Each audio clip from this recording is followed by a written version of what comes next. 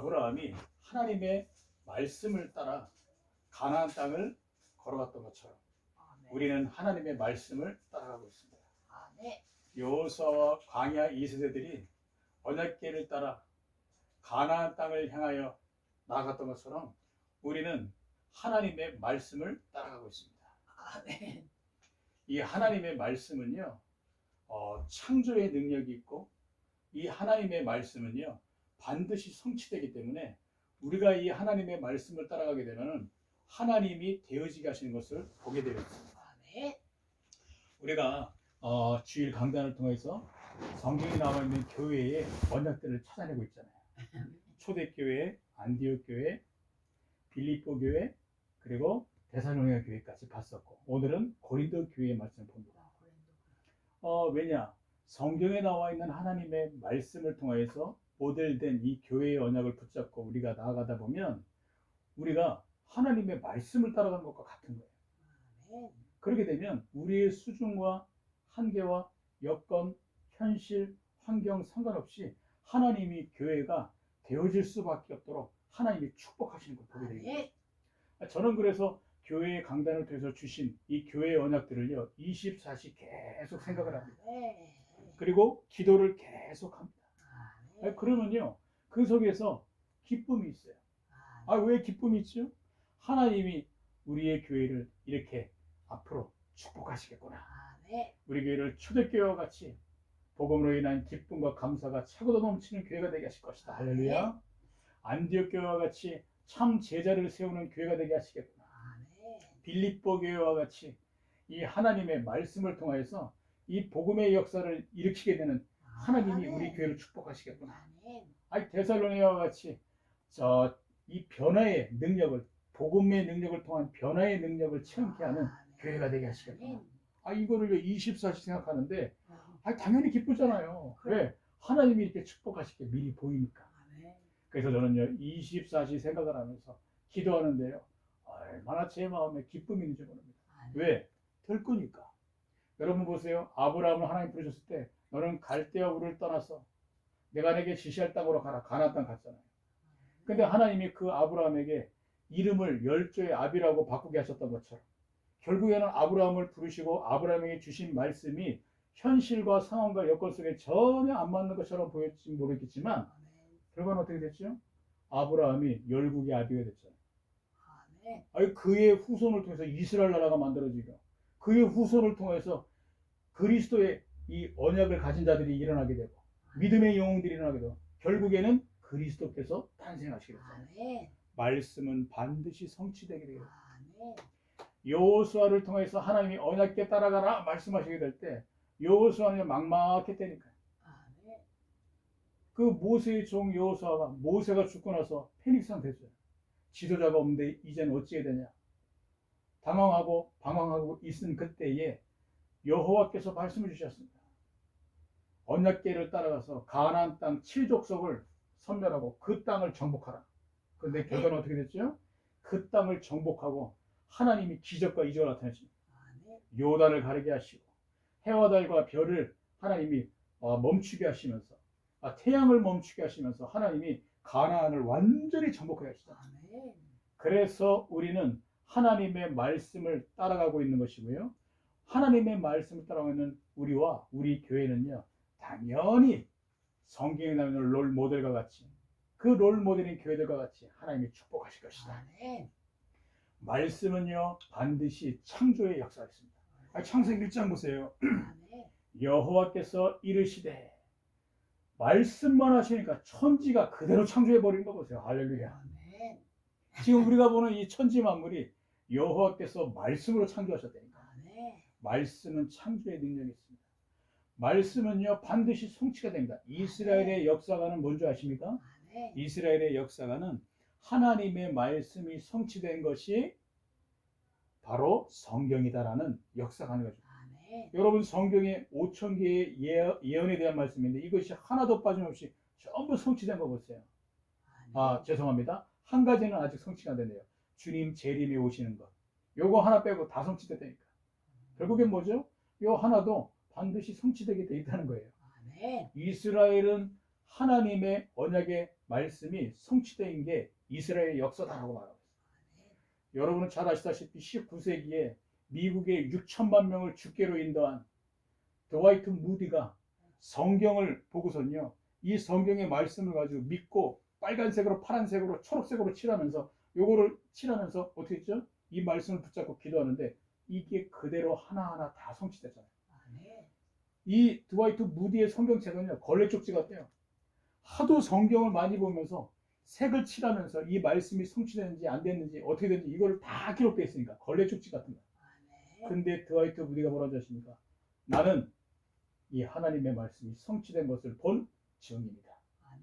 그 증인이 그리스도의 복음의 말씀을 증거하게 되니까 어떻게 됐죠? 미국의 6천만 명이 회개를 하고 죽게 돌아오는 놀라운 역사가 일어났잖아요. 그래서 하나님의 말씀은 반드시 하나님의 역사가 나타나게 됩니다. 그런데 하나님의 말씀 중에 복음의 말씀이 있습니다. 이 복음의 말씀을 언약으로 붙잡게 될 때 무슨 일이 일어나느냐? 이 기적의 역사가 나타나게 돼요. 여러분, 노인 모세가 80세인데 어느 날 호렙산에서 하나님의 말씀을 받습니다.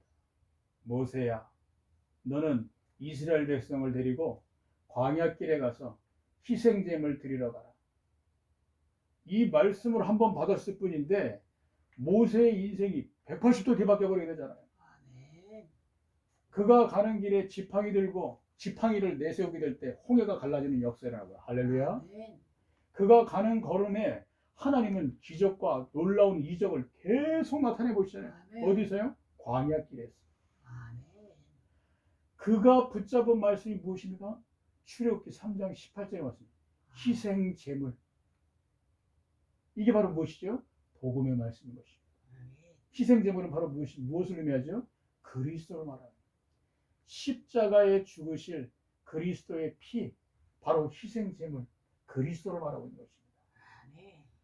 만왕의 왕으로 사단의 권세를 깨뜨리시고 제사장으로서 모든 죄 문제를 해결하시고 선지자로서 하나님을 만나는 길을 만나게 하사 우리로 하여금 지옥의 권세에서 해방시키신 이름 그리스도. 그 그리스도가 바로 희생 제물. 모세가 이 복음의 말씀을 붙잡았을 뿐인데 하나님이 그의 인생을 180도 뒤바꿔 버리셨다니까요. 자, 모세에게 하나님이 그 언약의 말씀을 딱 붙잡게 하신 거예요. 어떻게 해요? 호렙산에서 그 들었던 어머니와 아버지를 통해서 들었던 여호와께서 찾아오셔서 복음의 말씀 출애굽기 3장 18절의 말씀을 깨닫게 하셨어요. 그게 모세에게 각인이 되면서 모세가 그 언약을 딱 붙잡았을 뿐인데 이스라엘 백성들은 전부 불신앙하고 불순종하더라도 모세는 믿음을 가지고 순종하고 어떤 상황과 현실 속에서도요 모세는 하나님의 기적을 보지 않았습니다. 그렇죠? 여러분 잘 아시다시피 15세기에 종교 개혁을 일으켰던 마르틴 루터가 어땠죠? 천주교를 대항해 가지고 싸워서 이겼잖아요. 하나님이 마르틴 루터에게 함께 하시면서 마르틴 루터에게 역사하셨잖아요. 그 마르틴 루터가 어떤 말씀을 붙잡았죠? 로마서 1장 16에서 17절의 말씀을 붙잡은 거예요. 그 말씀은 어떤 말씀입니까? 내가 복음을 부끄러워하지 아니하노니 이 복음은 모든 믿는 자들에게 구원을 주시는 하나님의 능력이 됨이니라. 할렐루야. 이 복음에는 하나님의 의가 나타나서 믿음에서 믿음에 이르게 하나니 이 복음을 통하여서 믿는 자는 의인이 될 것이다. 다른 말로 오직 의인은 믿음으로 말미암아 살리라 함과 같으니라. 로마서 1장 16에서 17절에 나와 있잖아요. 마틴 루터가 이 말씀을 딱 붙잡고요. 구텐베르크 그 성당 문 앞에 대자보를 써가지고요. 쓰지 않습니까? 붙여놓잖아요. 천주교의 이 잘못된 부분들을 그리고 성경에 나와 있는 부분들 구원은 오직 예수 그리스도의 복음을 믿는 자에게 주신 하나님의 은혜라고 딱 쓰는 그때 하나님이 천주교의 엄청난 그 권력을 깨트려 버리시고 하나님이 마르틴 루터의 편을 들게 하시고 지금의 개신교를 있게 하신 하나님의 역사 복음의 말씀을 언약으로 붙잡게 될 때 그 기적이라 마르틴 루터가 로마서 1장 16에서 17절의 말씀을 언약으로 붙잡았는데 하나님은 마르틴 루터에게 역사하신 것입니다. 할렐루야. 제가 어려서부터 교회를 다녔잖아요. 중학교 2학년 때 친구의 꼬임을 받아서 교회 가게 되면 이성도 만날 수 있고 좋은 게 많다고 그래가지고 제가 그곳에 가서 처음에 중학교 때 교회를 가서 이 교회 문화를 접하게 됐는데 거기에서 제가 성경 공부도 많이 했습니다. 성경도 많이 읽었다니까요. 찬송도 많이 부르고 예배도 많이 드렸다니까요. 그리고 제가요 찬송의 은사가 있어가지고 찬송을 부르는데 얼마나 권사님들이 좋아하시는지 제가 그때 당시에 청년회 때 찬양대 리더를 하면서 찬양팀을 이끄는 리드싱어였는데요. 권사님들이 저를 오빠 부대로 해가지고 만들어가지고 저를 얼마나 따라하는지 몰라요. 가자고 들어가 날.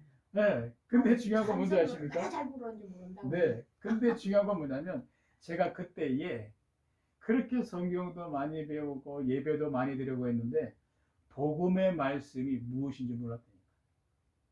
그냥. 세월이 지나서요. 이 복음을 모르고 교회를 다니다 보니까 종교 생활을 하게 된다. 그러니까 어떻게 되냐? 운명이 안 바뀌는 거예요. 내 인생에 교회를 다니고 신앙생활 하는데요. 무능력과 무기력은 계속 따라다니는 거 있죠. 참 무서운 것입니다. 운명이라는 거. 얼마 전에 정호근 씨가 보니까 그 유퉁 씨를 유튜브에서 만나가지고 상담을 해주신 내용이 나오는데 유퉁 씨의 사주팔자를 딱 받고 운명에 대해서 설명을 쭉 해주는 거예요. 당신은 1년 전까지만 하더라도 병원에 입원해가지고 치료받아야 될 이 사주다. 그러니까 유퉁 씨가 무릎을 탁 치면서 아니 어쩜 그렇게 잘하냐고. 아니 내가 당뇨 진단을 받아가지고 내가 신부전증도 있고 그래가지고 병원에서 입원하라고 하는데 내가 지금도 버티고 있는 중이다. 그 유퉁 씨가 보니까 얼굴이 완전히 바싹 말라가지고 옛날에 그 풍채 좋았던 그 모습은 온데간데 없는 거예요. 당뇨 합병증에다가 신부전증 앓고 있으니까 사람이 형편없죠. 그 정호근 씨가 그 사주팔자 보고선 그 운명이 타이틀 속에 걸려있는 유퉁 씨에게 딱 몇 마디 던지는데 유퉁 씨가 무릎을 치더라니까 맞다고 인정하는 거예요. 그리고 유퉁 씨는 이런 사람이고 이런 사람 맞죠? 아니 어떻게 그렇게 잘하냐고. 유퉁 씨가 그 정호근 씨한테 뭐라 그러냐. 내가 솔직히 정호근 씨 심야신당 유튜브를 내가 몇 번 봤는데 저거 짜고 치는 거다라고 생각했다는 거예요. 저거 서로 뭐 알려주고 하는 거지 뭐 가짜다 생각했다. 근데 자기가 나와서 들어보니까 너무 소름이 끼쳐지고 너무 잘 맞는다는 거예요. 저는 그걸 보면서 뭘 느꼈냐. 사람의 운명은 정해져 있다. 운명이 뭐죠? 그 각 사람마다 정해진 인생 길이라는 게 있는 거예요. 태어나게 되면 생년 월일 시에 맞춰서 살아가는 인생 길이 있다니까. 그게 운명이라는 것입니다. 근데 이 운명에서 아무도 못 벗어납니다. 사람들이 운명을 인정하던 안 하던 상관없이 운명은 누구에게 정해져 있다니까. 중요한 건 무엇이냐. 제 운명이 정해져 있는데 운명이 무능력과 무기력을 통해서 안 될 수밖에 없는 운명을 타는 게 저의 운명이다. 그래서 저의 운명의 끝은 뭔지 아십니까? 스님이 되는 게 제 사주팔자래니까. 스님 어떠세요? 세상 살면서 이것도 안 되고 저것도 안 되고 하다 보면 결국 머리 깎고 산에 올라가는 거 아니에요. 안 그래요? 그게 제 운명의 길이었다니까. 그런데 복음의 말씀을 제가 깨닫고 나서 어느 날 마태복음 16장 16절에 주는 그리스도시요 살아계신 하나님의 아들이십니다. 이 복음의 말씀을 하나님의 은혜로 깨달았습니다. 근데 그때부터요 제 운명이 뒤바뀌어진 역사라는 거예요. 아니 그래서 제가 머리 안 감고 지금 이 시간 목회하고 있지 않습니까? 할렐루야. 아니 어느 날 마태복음 16장 13절에서 20절을 보는데 예수님이 제자들에게 질문하시는 내용이 나오는구나 라는 게 보이는 거예요.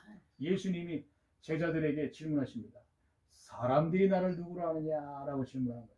이건 무엇이지요? 사람들이 나를 누구로 알고 있냐는 걸 질문하는 거예요. 누구에게? 제자들에게. 그러니까 제자들이 말합니다. 더러는 엘리야, 더러는 선지자, 더러는 세례 요한, 더러는 예레미야 같다고 하더이다 라고 말하는 거예요. 그때에 제자들에게 다시 한번 질문합니다. 그러면 너희는 나를 누구로 아느냐라고 질문하시는 거예요. 그때 아무도 말을 못하고 가만히 있는 거예요. 왜? 본인들이 볼 때도 세상 사람들이 말하는 것처럼 보이거든. 그때에 베드로가 고백을 합니다. 주는 그리스도시요 살아계신 하나님의 아들이십니다. 아멘. 그 고백은 무슨 고백이죠? 예수님이 바로 구약에 예언된 그리스도십니다. 당신이 바로 죄 문제를 해결할 그리스도. 당신이 바로 운명의 문제를 깨트리실 그리스도. 당신이 바로 지옥의 문제를 해결할 구원자 되신 그리스도십니다. 이 고백이거든요. 그 고백을 하게 될 때 예수님 뭐라고 하십니까? 바요나 시몬아 네가 복이 있구나. 이를 알게 한 이는 혈육이 아니요 하늘에 계신 내 아버지십니다. 그러면서 극찬을 하시잖아요. 음부의 권세가 너를 이기지 못할 것이고 내가 네 반석 위에 교회를 세우게 될 것이다. 아멘. 내가 너에게 천국 열쇠를 내게 주노라. 아멘. 무슨 말입니까? 저는 예수님을 그리스도로 알지 못하고 그냥 예수님을 사랑의 예수님, 나의 죄를 용서해 주신 구원자 이쯤으로 알고 있었다니까. 그러니까요, 제 운명이 안 바뀌는 거예요.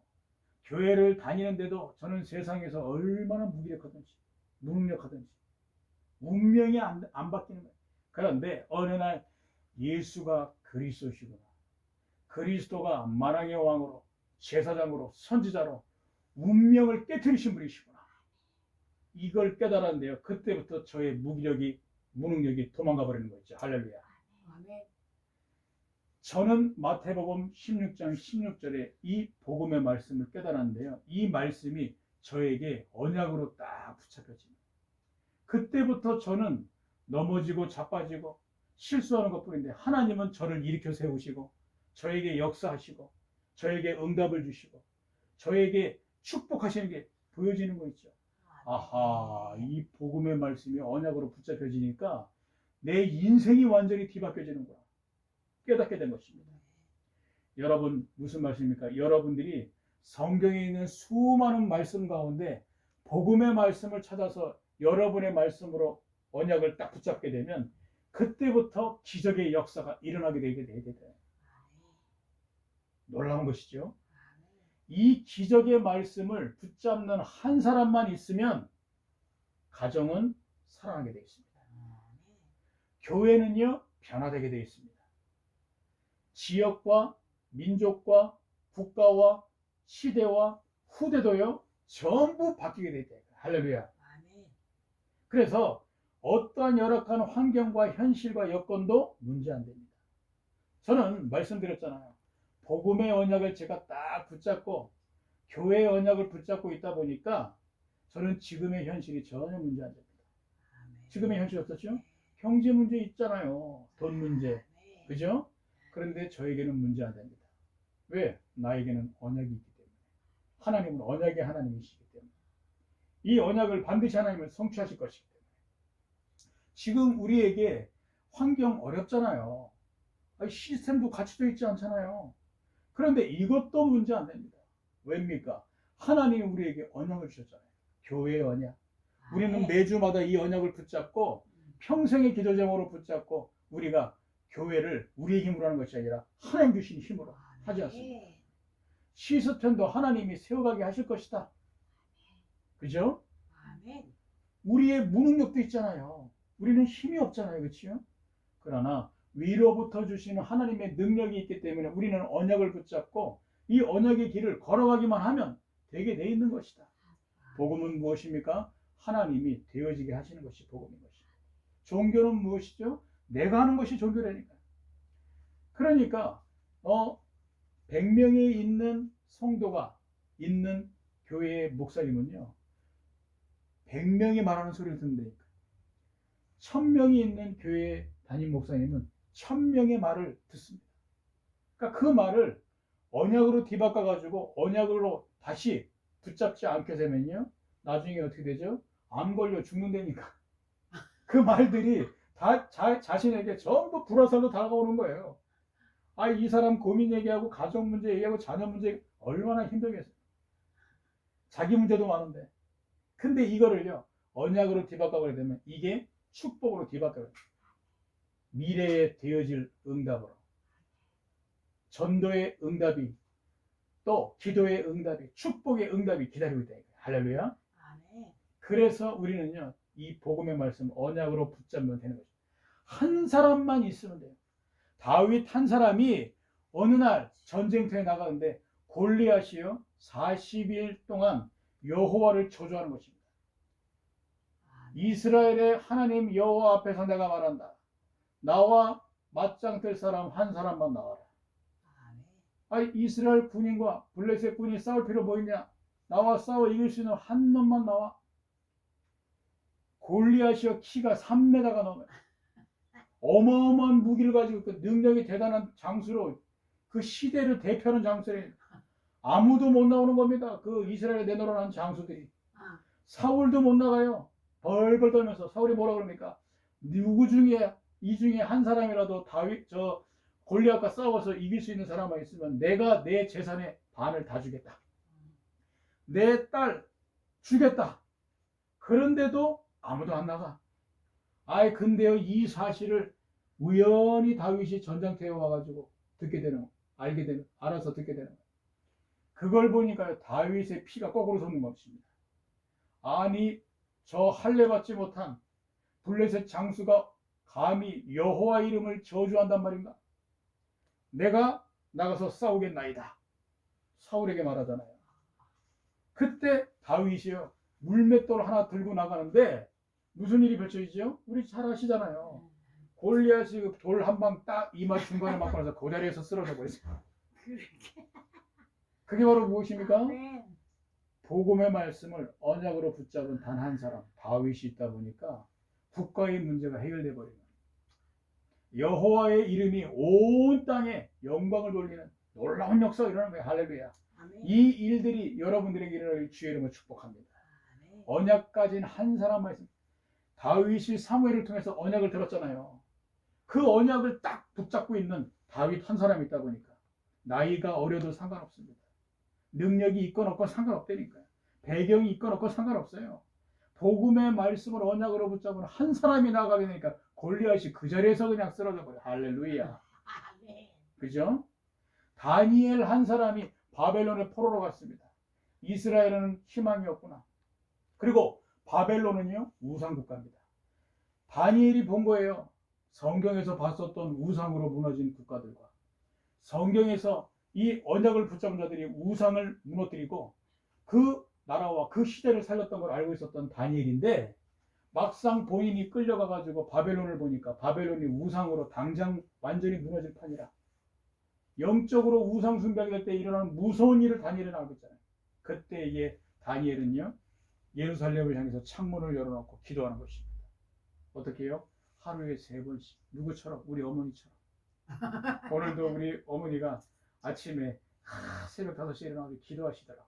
근데 그 모습을 보고 제가 기도 소리를 듣는데 자장가와 같이 얼마나 새벽에 잠이 잘 오던지 나는 기도의 사람이나 어머니가 있어서 참 행복하다라는 생각을 하고 잠을 잤는데 우리 어머니와 같이 다니엘이 예루살렘 창문을 열어놓고 기도하는 거예요. 지난 주간에는 제 아내가 개인의 변화에 이 언약을 붙잡고 항상 기뻐라 쉬지 말고 있다라 범사에 감사라 이 언약을 붙잡고요. 하루에 3번씩 기도하는 거 있죠. 제가 있건 없건 상관없이 기도하는데 그 모습을 보니까 너무 사랑스러워 보이는 거 있죠. 야 우리 가족에는 희망이 있다. 너무너무 이뻐 보이는 거 있죠. 다니엘이 기도를 하는데 어떤 일이 펼쳤습니까?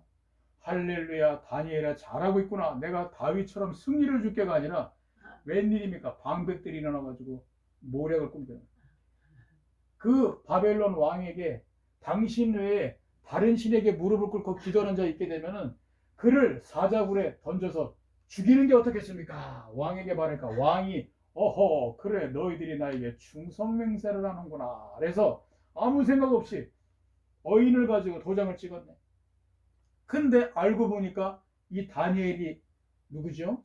바벨론 왕이 아끼는 총애하는 신하 중에 신하라. 그 신하가 여호와를 섬기거든. 근데 이 왕이 아차 싶은 거예요. 근데 어떻게 합니까? 이미 늦었지 뭐. 버스는 떠났는데 뭐 손을 들면 뭐합니까? 그렇죠? 떠났어. 아하 큰일 났구나. 근데 다니엘이 아니라 다를까 방백들의 이 모략 속에 결국에는 걸려들어서 어떻게 됩니까? 사자굴에 던짐받잖아요. 결과 잘 아시죠? 사자가 어떻게 됐죠? 입을 천사들이 막고 있어서 말하고 있어요. 음. 하나님이 다니엘을 사자굴에 그 가운데서 구원하셨잖아요. 할렐루야. 결국에는 다니엘이 모세가 붙잡았던 출애굽기 3장 18절 언약을 붙잡았고 다윗이 붙잡았던 그 언약을 붙잡은 믿음의 영웅들이 붙잡았던 그 언약을 붙잡고 끝까지 하루에 3번씩 하나님 앞에서 기도했을 뿐인데 다니엘 한 사람을 통해서 바벨론의 우상이 무너지는 역사가 일어나지 않습니까? 아멘. 다니엘이 있는 동안 왕이 4번이나 바뀌는데 왕은 바뀌는데 다니엘은 그대로 총리로 남아있는 거예요. 할렐루야. 아멘. 그렇습니다. 한 사람만 있으면 돼요. 바울 한 사람이 세계 선교하게 되니까요. 로마의 흑암이 완전히 무너져 버리잖아요. 할렐루야. 아멘. 바울아 로마에서도 증언해야 될 것이다. 바울아 두려워하지 말라. 네가 가이사 앞에 서야 될 것이다. 바울이 이 그리스도의 언약 붙잡고 나아가는데 이 로마를 사로잡고 있는 저주 재앙이 꺾이고 지옥의 권세가 꺾이고 사단이 꺾이는 역사는 구원의 역사가 복음되어지는 역사라. 할렐루야. 아멘. 한 사람 말씀. 저는 여러분들 한 사람으로 인하여서 가정이 살아날 줄로 믿습니다. 아멘. 여러분 한 사람 때문에 교회가 변화될 줄로 믿습니다. 그 어떠한 문제 있어도 괜찮습니다. 열악한 환경에 있어도 상관없어요. 아무리 사방에 우겨 쌓이는 문제가 있어도 상관없습니다. 복음의 말씀을 언약으로 붙잡은 한 사람만 있으면 되는 것입니다. 오늘 성경 본문에 이 말씀은 고린도 교회의 말씀인 것입니다. 고린도 교회에 문제가 많았어요. 분쟁이 많았다니까. 어떤 문제가 있었냐? 지도자들이 그리스도파다, 나는 게바파다, 나는 바울파다, 나는 아볼로파다 이러면서 당파 싸움하고 있네. 아, 교회가 복음으로 하나 되어야 될 것인데 나는 네 편, 너는 저 사람 편 분쟁을 하고 있네. 아, 심지어는 고린도 교회가 어떻습니까? 아버지의 그 아내를 아들내미가 겁탈을 해버린 거예요. 아, 그래가지고 이 소문이 교회에 따들썩한 거예요. 쉽게 말해서 음행이 펼쳐진 거예요. 아니 어떻게 아버지의 아내를, 제가 볼 때는 그 본처는 아닌 것 같아요. 그렇죠? 후처 같아요. 후처를 어떻게 그 아들이 범할 수가 있겠어요. 그러니까 제가 볼 때는 둘이 뭔가 눈빛이 맞았던 것 같아. 이게 간음이라고 하죠. 그렇죠? 참 기가 차. 이건 불신자들이나 하는 일 아니에요. 그렇지? 불신자들도 이런 걸 손가락질 한다니까. 교회에서 이런 일이 펼쳐지는 거예요. 그리고 우상 숭배한 음식을 가지고 먹어도 되냐 안 되냐 갑론을박이 펼쳐지고 있는 거예요. 그리고 고린도 교회의 은사가 얼마나 많은지, 믿음의 은사, 지혜의 은사, 지식의 말씀의 은사, 또 방언의 은사, 능력 해망의 은사, 예언의 은사 얼마나 많은지 몰라요. 그런데 이 은사 가지고 내 은사가 최고다, 네 은사가 최고다, 아니다, 예언이 최고다, 막 서로 다투고 있는 거예요. 참 안타까운 일이죠. 지금 한국교회 보게 되면 예수교파와 기독교파로 나눠졌잖아요. 한국교회가. 그렇죠? 많은 교단들이 있잖아요. 이것처럼. 근데 참 안타까운 일인데 이때의 이 문제를 바울이 글로의 지편에서 글로에를 통하여서 고린도 교회의 문제를 듣게 됩니다. 바울이 어떤 사람이죠? 복음의 말씀의 대가리니까. 언약을 붙잡고 어떤 환경도 초월하고 수용하고 이해하는 어마어마한 믿음의 사람이야. 이 한 사람이 고린도전서를 딱 쓰는 거예요. 고린도전서를 고린도 교회에 보내는 거예요. 그래서 어떻게 됐냐? 고린도 교회가 복음의 말씀을 언약으로 붙잡은 바울 한 사람의 서신서를 통해서 재창조의 역사가 일어나게 되는 거예요. 할렐루야. 교회의 문제가 해결되기 시작하는 것입니다. 할렐루야. 그 내용이에요. 그래서 여러분 분명히 아셔야 될 게, 언약을 가진 한 사람만 있으면요 그 무엇도 다 바꿀 수 있습니다. 할렐루야. 그래서 오늘 성경 본문에 보게 되면 결국에는 교회의 문제를 일으키는 사람이 누구죠? 영적 지도자들. 영적 지도자들에게 재창조의 역사예요. 여러분 아시죠? 재창조의 뜻이 무슨 뜻이죠? 이미 있는 것을 고치거나 다시 새로운 방식으로 바꾸는 걸 가지고 재창조라는 거예요. 쉽게 얘기하면 건물을 낡고 오래된 건물을 리모델링하는 거라고 생각하시면 돼. 이게 재창조예요. 고린도 교회가 완전히 그냥 무너져 있는 것을요 재창조해 버리게 됩니다. 복음의 말씀으로. 할렐루야. 아멘. 영적 지도자들에게 먼저 재창조의 능력이 임하게 되는 것입니다. 여러분, 가장 먼저 하셔야 될 게 부모들은 분명히 하셔야 됩니다. 뭘 하셔야 되냐? 부모가 다투게 되면요, 자녀들은 극심한 불안함을 느낍니다. 그래서 부모들은요, 항상 자녀들 앞에서 화목하기를 힘써야 되고, 항상 사랑과 또 서로 위로와 격려와 힘이 넘치는 그런 가정이 되도록 부모는 서로 힘을 합쳐서 그런 가정을 끌어가야 돼요. 아멘. 안 그러게 되면 자녀가요 불안함을 느낀다니까. 영적으로도 마찬가지입니다. 영적인 지도자들인 이 중직자들이요, 또 교육자들이 교회 내에서 깨어 있으면서 중요한 언약을 붙잡고 영적으로 싸워 이기면서 승리해야 돼요. 만약에 3분 5일 된다? 그러면요 성도들은 불안함을 느낀다니까. 제가 사역 초창기에 받고 사역을 하는데 그 교회의 부 목사를 모시는 일로 인하여서 교회에 분쟁이 생겼어요. 그때에 제가 아니다라는 생각이 들어요. 새벽에 내가 기도해야 되겠구나. 교회의 주인은 그리스도시다. 맞잖아요. 그리스도의 언약을 제가 그때 붙잡았대요. 그리고 교회를 두고 기도했습니다. 하나님, 전도와 선교를 위하여 나를 이 교회에 부르셨는데 하나님의 절대 주권 속에 하나님이 나를 이곳에 부르신 건 하나님의 완벽한 계획을 가지고 이 교회를 살리라고 하나님 나를 이 교회에 부르신 거 아니겠습니까? 이 시간 제가 교회의 주인이 그리스도이심을 고백하고 하나님이 이 교회의 이 문제를 통해서 하나님이 정말 목사님과 장로님들이 하나 될 수 있도록 역사하라고. 별거 아니잖아요. 그렇죠? 이걸 가지고 저 혼자 새벽마다 간절히 기도했거든요. 근데 하나님 어떻게 하신 줄 아십니까? 목사님과 장로님들이 하나 될 수 있도록 하나님이 축복하시더라고요. 그래서 결국에는요, 복음의 사람이야. 얼마나 귀한 분이시지. 그러니까요, 교회가 다시 분쟁이 사라져버리고 하나가 되는 거 있죠. 할렐루야. 아멘. 저는 그때 체험했습니다. 아하, 정말 문제가 있게 될 때 언약을 붙잡은 한 사람만 있으면 하나님이 교회에 역사를 하시는구나. 저는 이걸 체험했다니까요. 여러분, 고린도 교회에 분쟁이 있었다니까요. 이때에 가장 먼저 영적 지도자들에게 바울이 메시지를 주잖아요. 십자가의 도에 대한 메시지. 십자가의 도가 멸망하는 자들에게는 미련한 것이요 구원을 받는 우리에게는 하나님의 능력이 됨이니라. 개바파, 바울파, 그리스도파, 이 파를 외치고 있는 사람들에게 제일 먼저 답을 주는 거예요. 하나님이 지혜 있는 자를 멸하시고 또한 선비나 말하고 있는 자들, 총명한 자들의 그 총명을 폐하리라고 말씀하시지 않나요?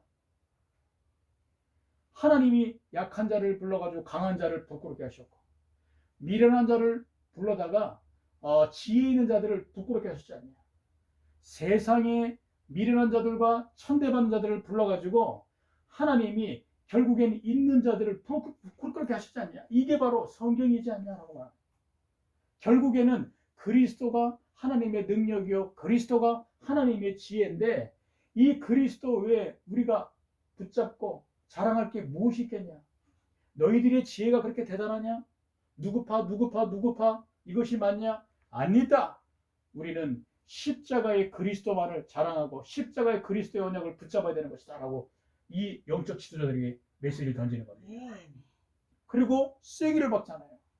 나는 심었고 아볼로는 물을 주었을 때 자라나게 하시는 이는 누구시다? 하나님이시다. 그래서 영적 지도자들이요 그 바울의 메시지를 듣고선 아하, 내가 이 복음의 언약을 놓쳤구나 깨닫게 되는 거예요. 할렐루야. 결과는 어떻게 됐죠? 십자가의 도로 말미암아 같은 말과 같은 마음과 같은 뜻으로 하나 되어지잖아요. 할렐루야. 그래서 영적 지도자들이 어떻게 됩니까? 재창조의 응답을 받고 이 고린도 교회가요 완전히 살아나게 되는 거예요. 할렐루야. 그리고 두 번째요. 전 성도들에게 이 재창조의 응답이 임해버리게 되어 있는 것입니다. 아멘. 여러분들은 뉴스를 보면 무슨 생각을 하십니까? 저는 뉴스를 보게 되면 자살하는 사람들 나오잖아요. 살인자들 나오잖아요. 여자분들 살인자들 보게 되면 끔찍하게 여기는데, 그렇죠? 그리고 사고 나가지고 사고사로 돌아가신 분들 보게 되면 참 얼마나 안타깝습니다. 이번에도 홍수로 인하여서 돌아가신 분 많고, 그렇죠?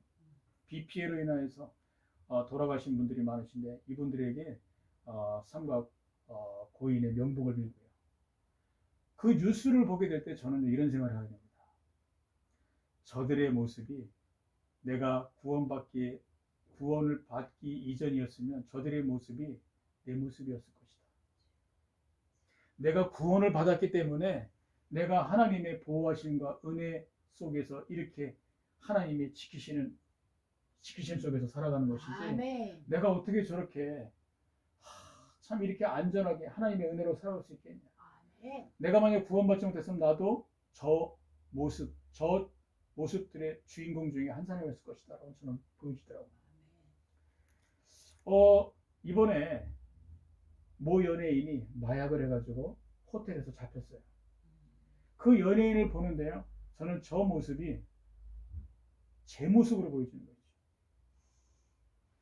중독자로 살아갈 수밖에 없을 만큼 저분이 얼마나 삶의 공허함과 허무함을 느꼈을까. 돈도 있고 명예도 있고 모든 거 다 가졌는데 저분이 얼마나 공허하고 허무하면 저 몰래 숨어서 하면 안 된다는 마약을 했을까. 그분이 마약을 하다가 걸린 거예요. 그래서 그분이 수갑을 차고 가는 모습을 보는데 참 너무 안타까워. 근데 저 모습이 나의 모습일 수도 있었겠다라는 생각이 들어요. 무슨 말입니까? 우리는요, 전부 창세기 3장 출신으로 죄인이었던 게 바로 우리인 것입니다. 예수님이 말씀하셨잖아요. 가늠한 여인을 바리새인과 서기관이 예수님 앞에 데려옵니다. 데려와가지고 예수님을 시험하는 거예요.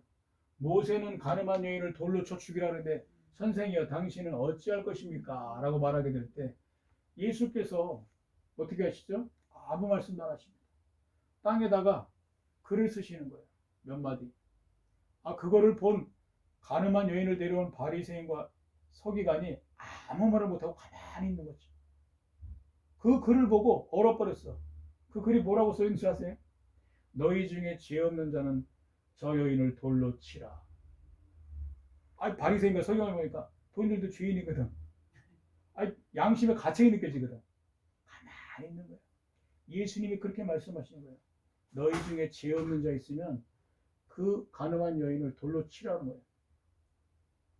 이건 뭐죠? 예수님이 인간은 전부 죄인 출신이라는 거야. 로마서 3장 23절에 모든 사람이 죄를 범하였으며 하나님의 영광을 이루지 못하다. 모든 사람은 구원받기 이전에 전부 죄인입니다. 구원받은 자들도요, 자기의 의를 자랑할 거 아무것도 없어요. 내 자랑할 게 아무것도 없어요. 왜? 나는 하나님의 은혜로 죄인이었는데 구원받았잖아요. 겸손하고 또 부끄럽고 참 감사하고 겸손할 수밖에 없잖아요. 얼마나 감사합니까? 아멘. 근데 어떻죠? 예수님이 그 글을 쓴 다음에 또 한 번 더 글을 쓰니까 나머지 그 청중들도 한 명, 두 명 다 사라지는 거예요. 그 돌을 들고서 당장이라도 가늠한 여인을 돌로 쳐 죽일 것 같은 기세 등등했던 사람들이 예수님이 글을 한 번 더 땅에 쓰니까 그걸 보고서 하나 둘씩 사라지는 거예요. 나중에 누가 남았냐? 예수님과 가늠한 여인만 남았어요. 그때 예수님이 뭐라고 하셨죠? 가늠한 여인에게 이렇게 말씀해요. 나도 너에게 죄를 묻지 않을 테니 다시는 죄를 범하지 말아라 하고 가거라 보내다. 두 번째 쓴 내용은 나와 있지 않아. 그런데 그 내용을 추측하자면 여기에 있는 너희들 중에 나는 너희가 지은 죄를 알고 있어 라고 예수님 쓰지 않았을까? 이렇게 추측을 해보게 됩니다. 그런데 제일 중요한 건 무엇입니까? 우리는 전부 다 창세기 3장 출신입니다. 아담과 하와가 지은 불신앙과 불순종의 죄로 우리 인간에게 불안과 초조, 두려움, 원망, 불평 이런 이 부정적인 요소들이 생길 수밖에 없었잖아요. 가정의 이혼과 사건과 사고, 지금 전 세계에 일어나는 무시무시한 일들이요. 창세기 3장부터 시작됐잖아요. 그죠? 아멘.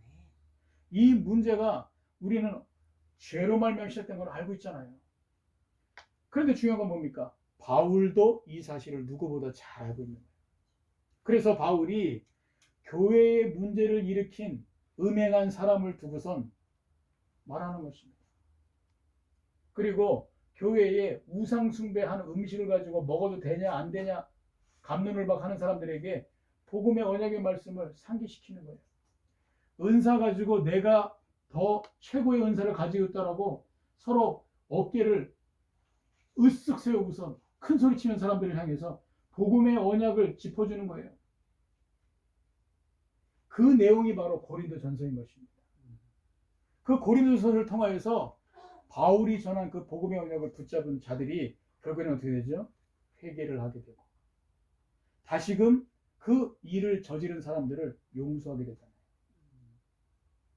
진짜 문제 있는 사람들을 보게 될 때 나를 볼 수 있어야 돼요. 죄를 지은 사람들의 모습이 바로 나의 모습이구나. 저 모습을 바라보면서 내가 창세기 3장 속에서 멸망할 수밖에 없는데 그리스도가 나를 구원하셨구나. 저 모습 속에 있는 내 모습을 보면서 지금 나도 저 사람에게 그리스도가 필요하듯이 나에게도 그리스도가 필요하구나. 이렇게 깨닫는 게 진짜 그리스도인이 올바르게 깨닫는 것이고, 바울은 문제를 통해서 이걸 깨닫게 하면서 결국에는 어떻게 됐죠? 전 성도들을 재창조의 응답을 받을 수 있도록 도와주는 것입니다. 결과적으로 어떻게 됐죠? 이들이 전부 치유케 되는 역사를 체험하게 되잖아요. 사실 제가 이 고린도전서를 준비하는데 이 말씀을 어떻게 전해야 될까 고민을 많이 했어요. 고린도 교회가 너무 문제가 많아. 근데 이걸 가지고 어떻게 언약을 찾아내고 롤 모델로 우리가 삼아야 될까 고민이 되더라니까요. 근데 이걸 가지고 하나님께 기도하는데요. 하나님이 복음의 말씀, 이 언약을 놓친 교회의 모습을 보게 하시는 거예요. 아하, 이거였군요. 하나님 저에게 말씀을 줘서 성취될 말씀을 달라고 기도하는데 하나님이 고린도 교회에 바울 한 사람을 통하여서 재창조의 역사가 영적 지도자와 그 성도들에게 나타났던 것을 깨닫게 하시는 거예요. 하나님. 그래서 제가 여러분 앞에서 증인으로 하나님의 말씀을 전하는 거 아니겠습니까? 그래서 결국에는 어떻게 됐지요? 고린도 교회가 복음의 말씀을 언약으로 붙잡고 재창조의 이 응답을 체험해가지고 완전히 거듭나게 되는 응답을 받게 되지 않습니까? 이 시간 여러분들이 이 중요한 언약을 붙잡고 앞으로 어느 모임을 가든지 어떤 곳에 있든지 또한 교회에 앞으로 어떤 문제가 생기더라도 그 사람들을 복음으로 위로하고 힘을 주고 답을 주고 치유할 수 있는 여러분들에게 주의 이름으로 축복드리겠습니다. 그리고 우리가 받은 구원의 감사와 그리스도의 은혜를 늘 묵상하면서